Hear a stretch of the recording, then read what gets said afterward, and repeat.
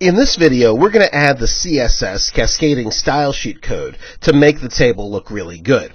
So you can see on the right, I've added a couple of rows to the table, but the table still doesn't look particularly good.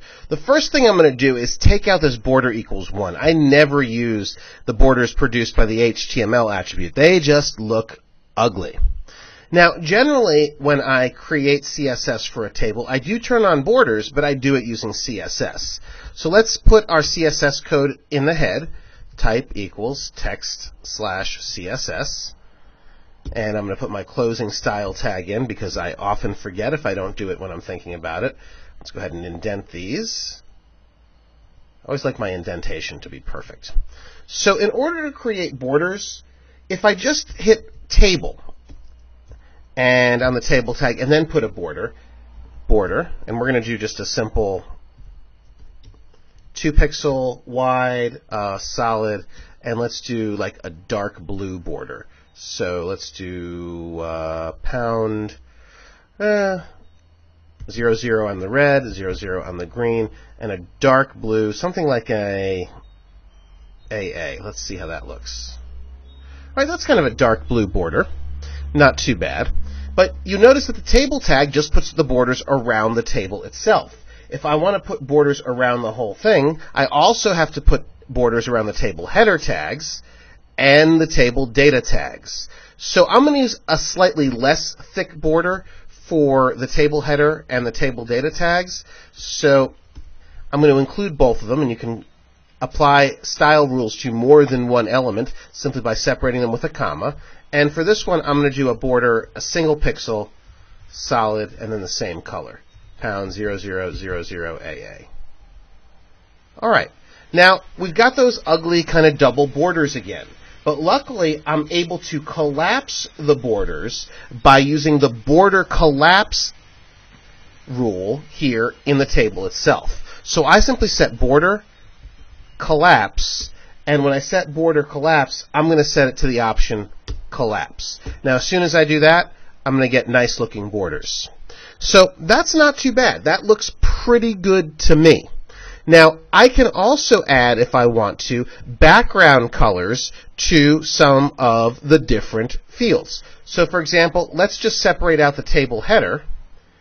And for the table header, let's do a black background and white text. So we use the background color rule, background color, and the background color is going to be black, but the color applying to the text is going to be white. And there we go. That looks kind of ugly with the big black border around, with big blue border around it. You know what I'm going to do? I'm going to change the borders to black. Decided against the blue. I'm not a designer. I can be fickle about these things. All right, that looks good. Now, what I want to do is I want to color every other row slightly differently. So I'm going to actually get rid of this row span that I've got right there, and this way I can do the every other row thing a little bit better. So you notice how that 256 moves over. So what we've got to do is put in another table data cell right here and a position. Let's make him a, we've got a pitcher, catcher, left field, right field. Looks like we need a center fielder. All right, and then let's close the table data tag. Good. I think this row will be okay because it's a column span, so we have our rows. So we're going to do just alternating colors on the rows. Now, there's a couple of different ways to do this, and as you get more advanced, if you're using a back-end programming language like PHP or something like that, you might create your tables dynamically, meaning they'll be created out of the database using PHP codes. This is actually easier if you do it dynamically. But what I'm going to do is, after the table header row right here, I'm going to give all these an odd even. So this is the first row. So the class equals odd. And then this row will be class equals even. It's kind of a pain to do by hand, but we're going to do it all the way down here. So I'll copy that one. So this one will be a class equals odd. Oops, I put that in the wrong place. Put it in the closing tag. You never put attributes in the closing tag. Class equals odd. And class equals even. So the next one will again be odd. Class equals, having trouble typing that, odd, almost done. Class equals even. Class equals odd. Class equals even.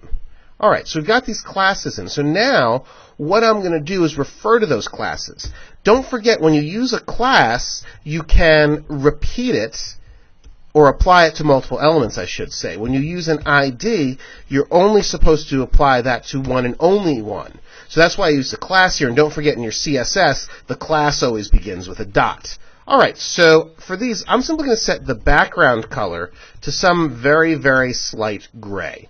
So the closer we get to FF, or RGB 255, 255, 255, this would be complete white. So if I bring all of these colors down, let's say to like, 215, 215, 215, I'll produce a pretty light gray. All right, so there you see we've got the very light gray on the odd rows, 1, 3, 5, and 7.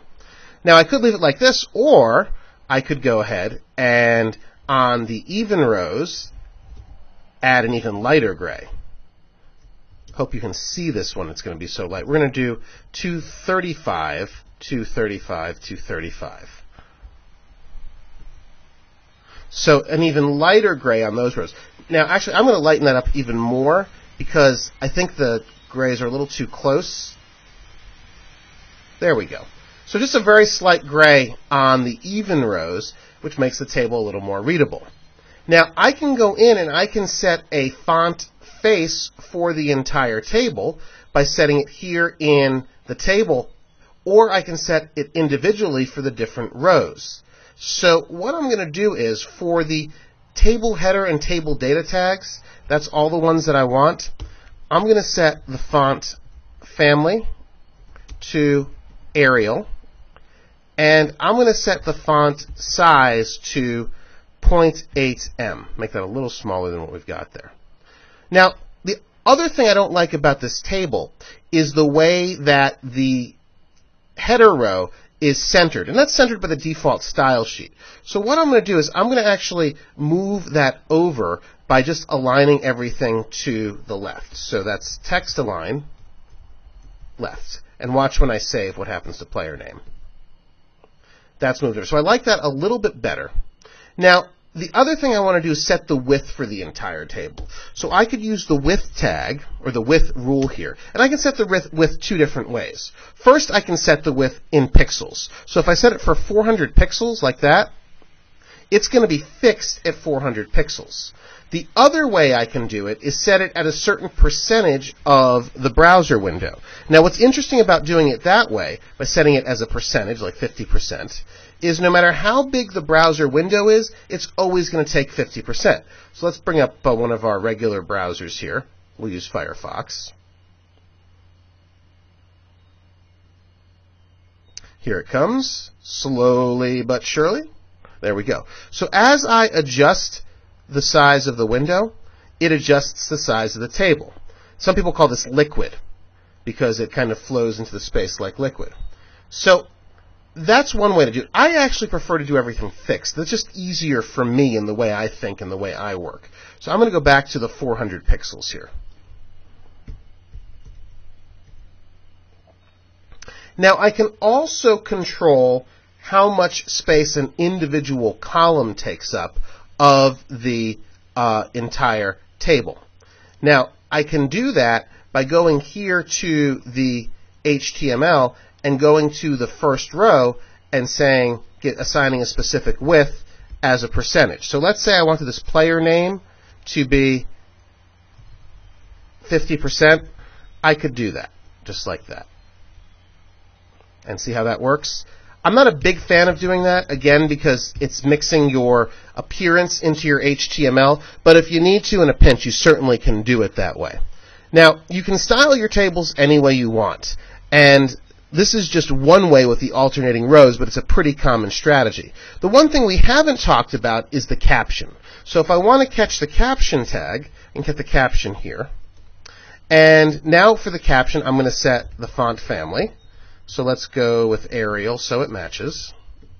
And let's go with a bigger font size than everything else. Let's go with like 1.3 M. There we go, Westport Little League All-Stars. Now if I want to, I can go ahead and make the background color on this black as well. And notice it gets the whole caption, and then set the color of the text to white. So now you can see it. But you'll notice it appears to be 1 pixel off or 2 pixels off right here on the edge, and that's because it doesn't have a border. So what I could do is just put the border around this as well. Border, 2 pixels, solid black.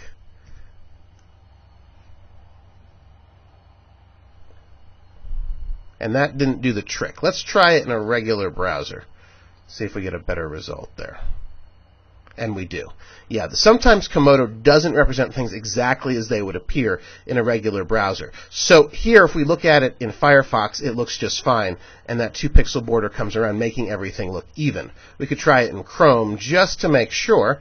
We'll pull that up in Chrome here. And actually, interestingly, in Chrome, we are a pixel off on one side. So, interesting results in the way this works with the caption. Fascinating. All right. So actually, I'm going to take these 3 lines out. I just wanted to demo that. We'll go back just to the Arial and the 1.3 M. Now, if I want to position the caption, I can do that as well. So here in the caption, I'm going to put the caption side rule, and I'm going to put bottom. You can see the choices are bottom, left, right, top. So I'm going to set that to bottom. Oops, I got to spell bottom correctly. One more time, B-O-T-T-O-M. There we go. And now the caption moves to the bottom. If we put it back at the top, which is default, the caption moves to the top. All right, so that's about it for styling tables with cascading style sheets.